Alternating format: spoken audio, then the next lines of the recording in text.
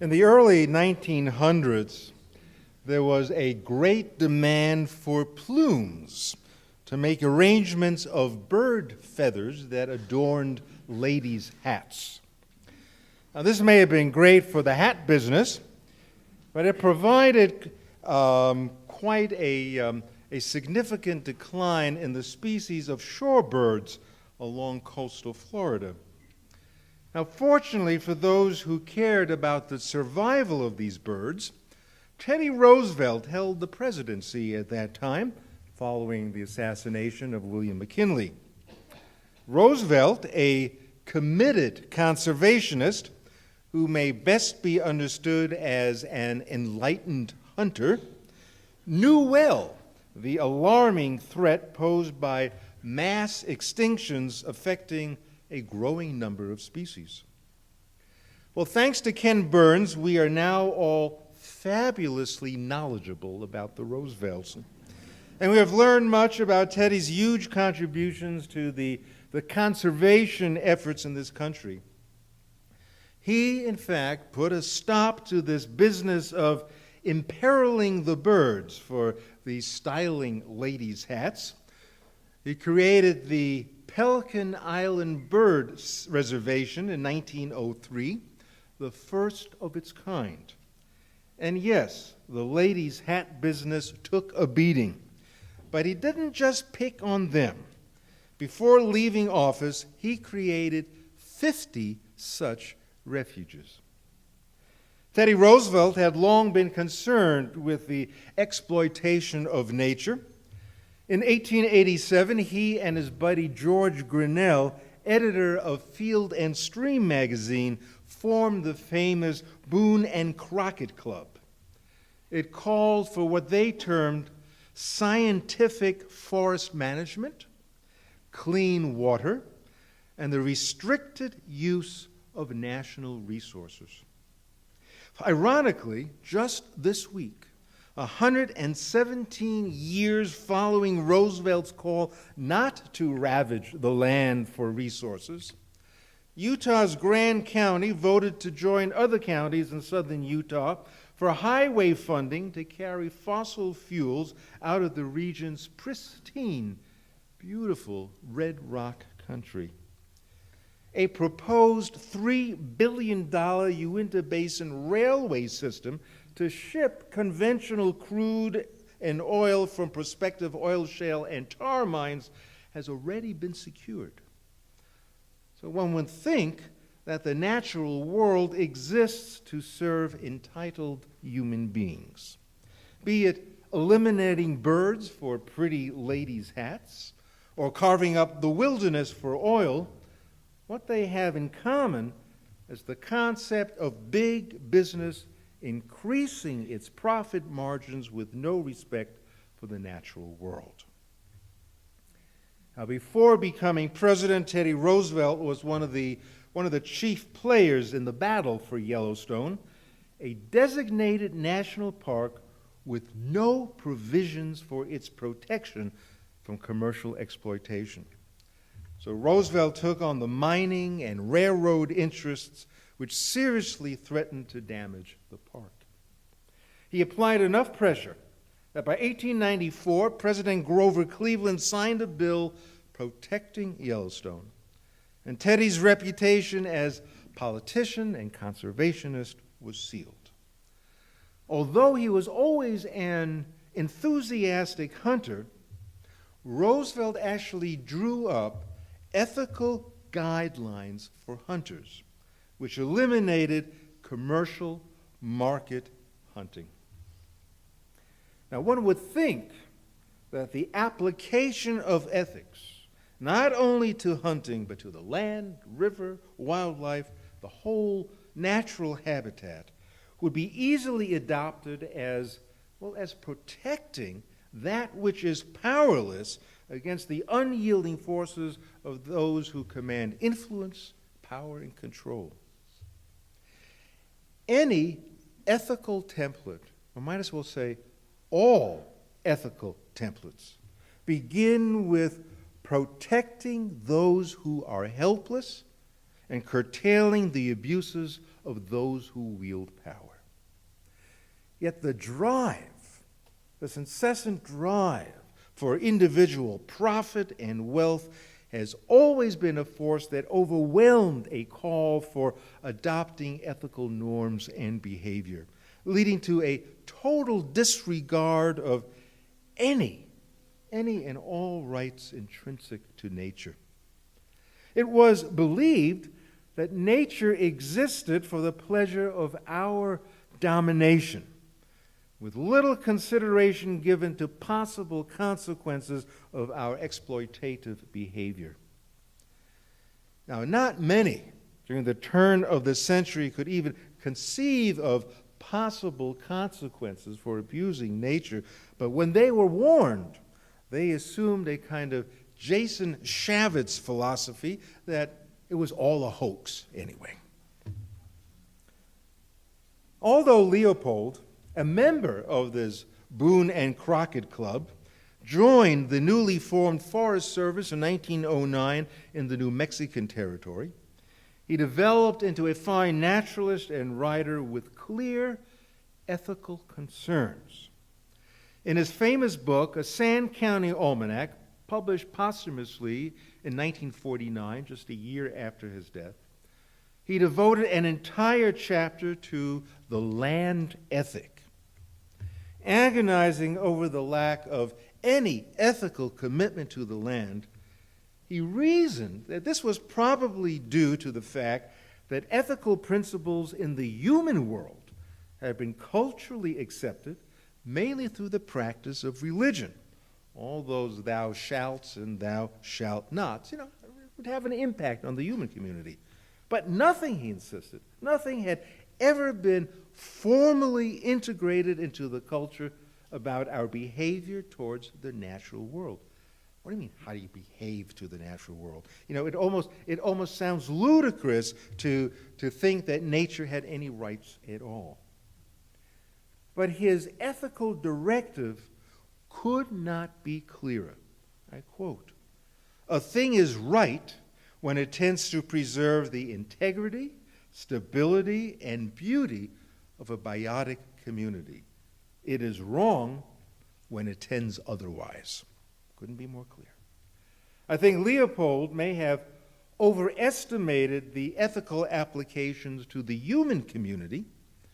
References to Old Testament prophetic appeals for equality and justice and compassion, along with Jesus espousing a responsibility we have towards those who are powerless and vulnerable, fail really, when you think about it, to make any impressions in the human community whatsoever. The relentless drive for domination, especially domination over people of color, has deep historical roots and shamelessly continues in society today. No threat has been more deadly and persistent for black and indigenous people over the past 500 years than white people killing mostly people of color in the name of God and democracy. According to the English historian Basil Davidson, the Atlantic slave trade cost Africa 50 million souls. Author Eduardo Galeano claims that 150 years of Spanish and Portuguese colonization in Central and South America reduced the indigenous population from 90 million to 3 million.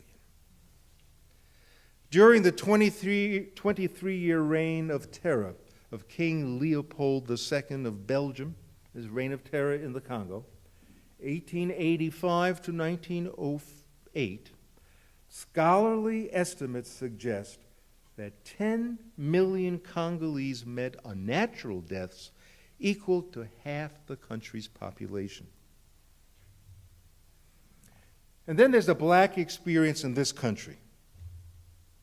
American prosperity was built on 2.5 centuries of slavery. There have been 90 years of Jim Crow, 60 years of separate but equal, 35 years of state-sanctioned redlining. The huge, disproportionate number of black men incarcerated has revived the same sanctions against African Americans as was experienced in the Jim Crow era. Today's U.S. Supreme Court upholds the rights of states to suppress voter turnout by sanctioning absurd voter ID requirements which overwhelmingly affects the poor and people of color. Dominating those who are vulnerable, dominating people and dominating nature is wholly indicative of the mindset of the powerful, measured in wealth, privilege, race, education. And it seems to me that when Scripture was being written some 3,000 years ago to somehow instruct us to act otherwise, they knew, these writers knew, even back then, that the drive to dominate would be difficult to restrain. So when the writers of Scripture were even willing to excuse offending behavior, can you imagine that? They say, okay, we'll excuse it, but we're going to call for reparations so that we can help balance the scale somewhat. For example, in the book of Deuteronomy, there's a section ready to concede the need to dominate the powerless in servitude. But the writers add a very specific caveat. And it goes like this. And if thy brother, a Hebrew man or a Hebrew woman, be sold unto thee, and serve thee 6 years, then in the 7th year thou shalt let him go free from thee. And when thou sendest him out free from thee, thou shalt not let him go away empty. Thou shalt furnish him liberally out of thy flock, out of thy floor, and out of thy winepress. When Leopold proclaimed, a thing is right when it tends to preserve the integrity, stability, and beauty of the biotic community, we can easily add, a thing is right when it tends to preserve the integrity, stability, and beauty of the human community, or the black community, or the brown community, or the indigenous community of people all over the world. I think this helps us get to the nub of understanding oppression, being dominated, or as we reflected in our reading this morning, being nobody. Dominating other human beings, either through slavery, lynching, Jim Crow laws, police violence, poor, little or no representation in the criminal justice system, violates the integrity, stability, and beauty of human beings. Now, if we look at the history of a people dominated by virtue of their powerlessness, we begin to understand, I think, a lot more clearly the rage that's being felt in Ferguson, Missouri. Protests continued there, even today, months after the killing of an unarmed black teenager by a policeman. And the anger smolders in the town, a town intentionally designed to keep the powerless suppressed. This is, in fact, the case in all of St. Louis County's 90 municipalities. They were designed back in the 40s to have exactly this kind of outcome, keeping people of color away from the mainstream. The words of Malcolm X capture, I believe, today's pain and grief felt in Ferguson and in ghettos everywhere, which share the long history of being robbed of integrity.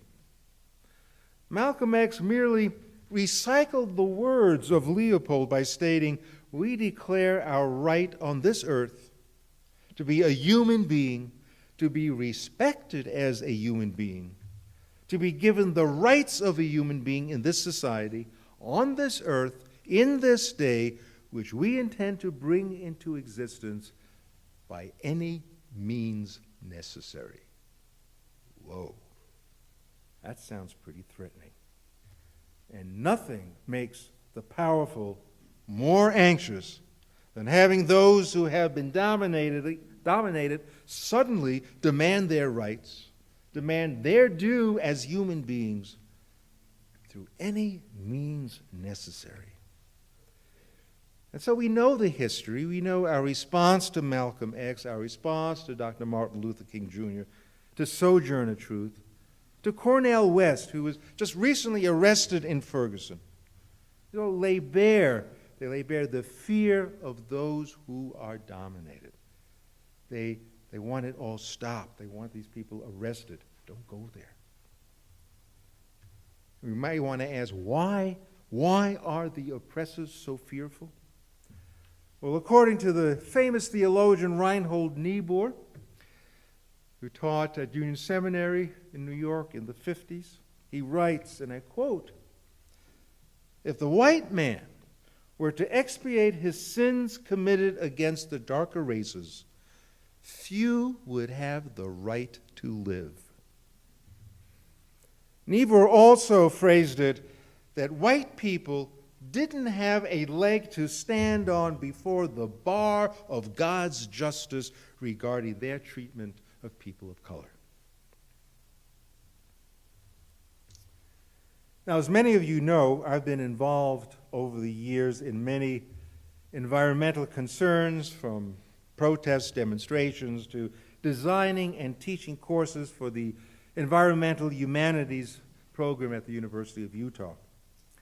And far too often, the conversation inevitably turns to the question, why? Why is there so little interest shown by people of color in the struggle for a sustainable earth? It feels as though the environmental movement consists primarily of white liberals, many of them gray, glued to NPR. That's the figure. But let's make an obvious connection. The domination that robs people of color from any integrity, precluding their rights to be respected as human beings, is the same domination that has robbed nature of its integrity and its right to be respected. Oppression aimed at race and oppression aimed at nature is cut from the same cloth. Ethics need to be applied to both the human world and the natural world. Their separation from each other is unfortunate because they are fighting the same enemy: human beings' domination of each other and nature. Both groups fail to realize they need each other in this struggle for justice. The black theologian James Cone writes that young blacks in our nation's cities believe that white people care more about the endangered whale and the spotted owl than they do about the survival of young blacks in the African American community. And there is a lot of truth to that, as environmentalists are seemingly incapable of talking about the menacing reality of racism. But what needs to be exposed and clarified and underscored is that racism is profoundly interrelated with other evils, including the degradation of the earth. Womanist theologians have already begun the work on at least two levels. And it's amazing how, regardless of race, women always take the lead in these things. Here's one example. Dolores Williams. She has written a lot of stuff pointing out the parallel between the defilement of black women's bodies and the exploitation of nature. Now, personally, I think we can extend that further to all women. Women are unsafe on our college campuses. Women whose research, mainly in archaeology, take them to remote places of this world, are finally voicing their anger about sexual assaults from their fellow assistants, their fellow researchers. Women firefighters protecting our wilderness from fires have filed a class action suit against the Department of Agriculture for the sexual abuses they suffer from fellow firefighters. The whole U.S. military finds itself incapable of dealing with women's sexual abuse in a just manner. And the surge of violence against women by athletes fill our tabloids almost daily. Domination. Another example, Emily Towns. Emily Towns views the toxic waste landfills in African American communities as contemporary versions of lynching an entire people. The United Church of Christ's Commission on Racial Justice issued its groundbreaking report on race and toxic waste in the United States just a few years ago. And the study found that among a variety of indicators, race was the best predictor of the location of hazardous waste facilities in the United States. I think we have just begun to regard domination as the same evil affecting race and nature. Presently, the black community is not expressing, shall we say, huge concerns about global warming and climate change. But the new focus emerging is about concern for their communities. Toxic and hazardous waste, lead poisoning, landfills, and the fact that, it's people of color who live next to the train tracks, trash dumps, coal plants, and insect-infested swamps. Environmentalists and civil rights leaders need to be brought together in order to explore the evils of domination that impact people and nature, precluding their integrity, stability, and beauty. Together, I think we can begin to change the political, economic, judicial systems that serve as enablers of domination. A clean and safe environment is a human and civil rights issue. The survival of the earth is a moral issue for everyone. If we don't save the earth from the destructive forces of domination, no one will survive. And that alone ought to be enough to inspire people of all colors to join in the fight for a just and sustainable planet. And so I pray for a whole new day of protest, a new day to combine forces to challenge the status quo of greed and dominance, a new day when the liberation of all people from the scourge of injustice becomes the same agenda for the salvation of a dying earth. Ethics must be applied to the human world and to the natural world. How could we ever separate the two?